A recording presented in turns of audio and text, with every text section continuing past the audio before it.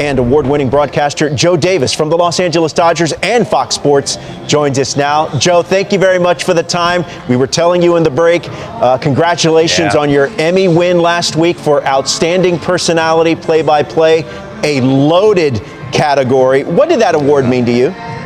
Gosh, thank you, Robert. I said it when I went up there. I didn't have any speech plan, and I'm this obsessive preparer. I didn't spend any time on it. In terms for a professional athlete, equate it on your level. I was telling Robert, it was real interesting for me to be in that room, and that was your big leagues. Like, your guys grind to the big leagues. For the former athletes in that room to watch you have that moment, like, equate it for the people at home, what it meant to you.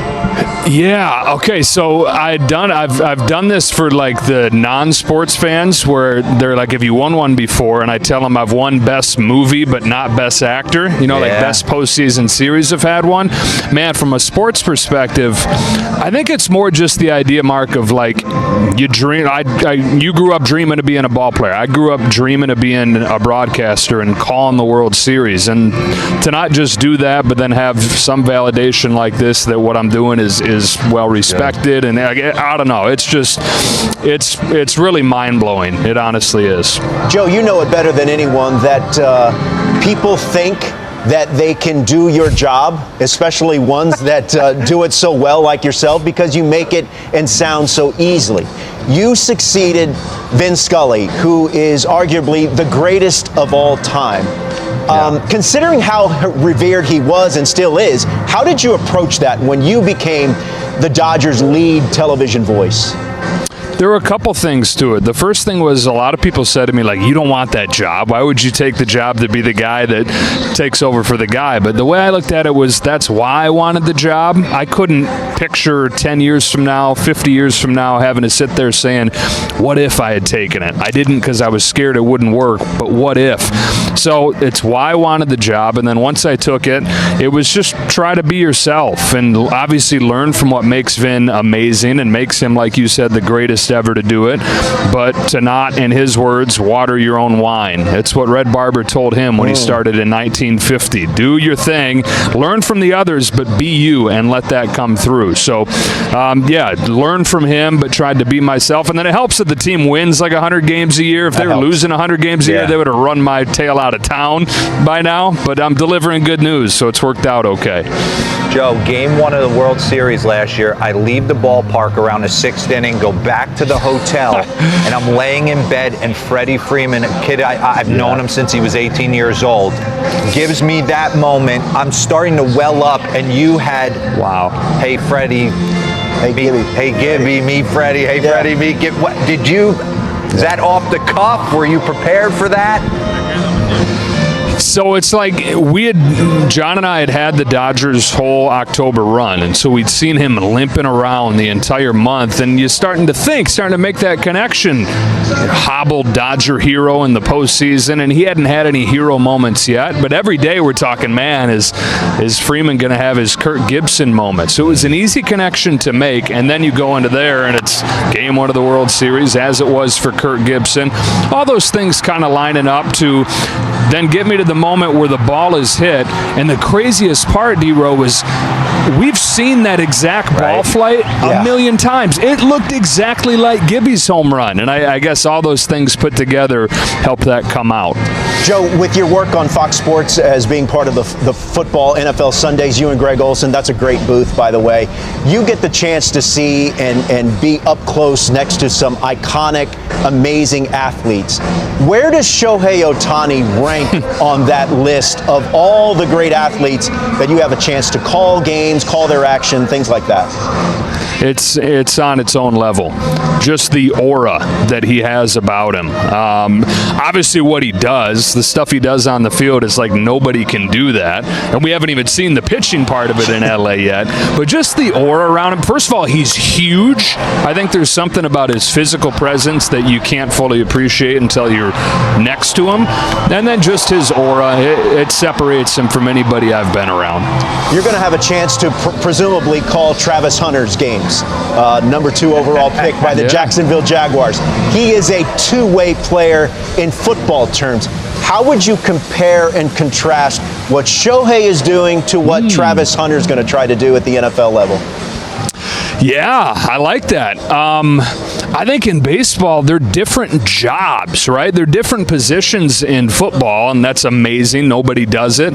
But they're different jobs. They're different disciplines in baseball. He's two players within one, and you can make that case with Travis Hunter, too, and you should. He's spectacular. But I think what Shohei Ohtani does, it's still unmatched.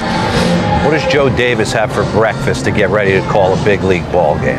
No, let's go. Let's talk nutrition. Let's go. Egg whites with spinach. Okay. All right. Start off with the protein. You don't want to put yourself on that metabolic roller coaster through the day. So get that protein in you, prime you for a good day of thinking and watching some big league baseball. You coffee drinker? Huge coffee snob, man. Oh, I love that. What's your order? Just black coffee. We do pour-overs every morning. I actually travel on the road. I travel my own coffee kit, grind my own beans, and I'm ridiculous. Out of here. Yeah, I mean, he's changing the game. Yeah. He's changing the game. Yeah. Joe, thank you very much for spending a little time with us. Guys. Enjoy the game today, and we look forward to seeing you and Smoltzy in the booth nationally, and of course you and Greg Olson on Fox NFL Sunday. Thanks, boys. You guys are the best. Thanks, Joe. That's Joe Davis, Los Angeles Dodgers, joining us via Ballpark. Hey, what's up, Dodgers Nation? Welcome back to latest Los Angeles Dodgers news, your go-to spot for everything blue. And let me tell you, we've got a hot one today. Yep, trade talks are heating up again in LA, and this time it involves pitching. But not just any arm, we're talking about a guy who could literally transform this bullpen overnight. Now, I'm not going to give away the name just yet, gotta keep you hooked, but I promise you'll recognize him. Big resume, big accolades, and yep, he could be wearing that Dodger blue real soon. So before we dive in, you know the drill. Smash that like button, subscribe if you bleed blue like we do, and turn on those notifications so you never miss a single trade rumor, roster update, or Shohei home run. Alright, let's get into it. Main story, Ryan Helsley trade rumors. So, who's the big name that's got the Dodgers world buzzing? None other than Ryan Helsley of the St. Louis Cardinals. Yeah, you heard that right. Helsley, the guy who's been an absolute beast out of the pen these past few seasons. Let me just run through the man's resume real quick. Two-time All-Star. All-MLB first team in 2024. All-MLB second team in 2022. National League Reliever of the Year in 2024. And, oh yeah, MLB saves leader this season. Like, are you kidding me? This guy is elite.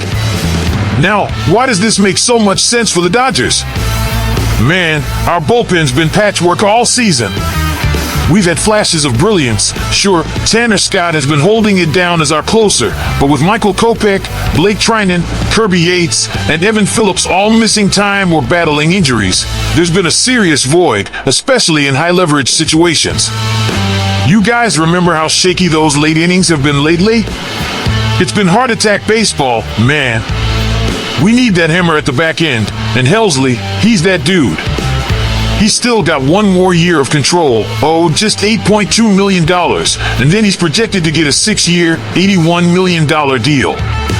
So yeah, the price tag is real, but honestly, worth every penny. Do the Dodgers have the prospects? Now, can the Dodgers make this happen? Absolutely. We've got the prospect capital to pull this off. The Cardinals? They're apparently looking for high upside guys who haven't quite stuck in the majors. And two names keep coming up, Bobby Miller and James Outman. Now, I know. Some of y'all are already typing in the comments, don't trade Bobby or Outman's still got potential. And look, I hear you. I'm with you. But let's be real for a second.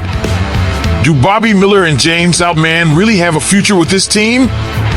With this current Dodgers roster that's stacked like the freaking Avengers? Both of these guys could go to St. Louis and get legit opportunities to play every day and develop. And for us, we get Ryan freaking Helsley to solidify the 9th inning. That's a trade I'd seriously consider. Would you? Drop your thoughts in the comments. This is one of those debates where every fan has an opinion. Stat check. Why Helsley? Let's dive into some numbers, because you know I love my stats. In 2022, Helsley posted an absurd 1.25 ERA, filthy. In 2023, he regressed slightly but still elite, 2.45 ERA. This year, 2.04 so far, though his recent outings have pushed it up a bit to 3.50. But listen, that's still better than what most of our relievers have put up this season. And let's not forget, this guy led the league in saves last year with 49 and has already finished 12 games this season. He's got the experience. He's got the ice in his veins. And he's battle-tested in big games. That's exactly what the Dodgers need come October. Teoscar Hernandez RE grade. Or just a grade. All right, moving on. Saw this headline and I just had to laugh. Apparently, people are out here giving Teoscar Hernandez a regrade for his signing. Like, what does that even mean? A regrade? Isn't it just a grade? Either way, the new verdict, A+. And, of course it is. Dude is slashing .310 with 10 home runs, 41 RBIs, and a .934 OPS. Like, what more do you want? And yeah, he missed some time earlier with that groin strain, but otherwise, he's been a stud. This is exactly the kind of player the Dodgers needed. Not the centerpiece of the offense, but the perfect complementary bat in a lineup stacked with stars like Mookie, Freddie, and Shohei. On a lesser team, Teo would be expected to carry the offense. But here, he can just go out, rake, and drive in runs without that pressure. To me, this was always an A+ signing. No need for a regrade. Just a straight-up W for the front office. All right, Dodgers Nation, that's going to do it for today's episode of latest Los Angeles Dodgers news. So what do you think? Should we go all in for Ryan Helsley? Is it worth trading Bobby Miller or James Outman? And how are you feeling about Teoscar's season so far? Drop your thoughts in the comments.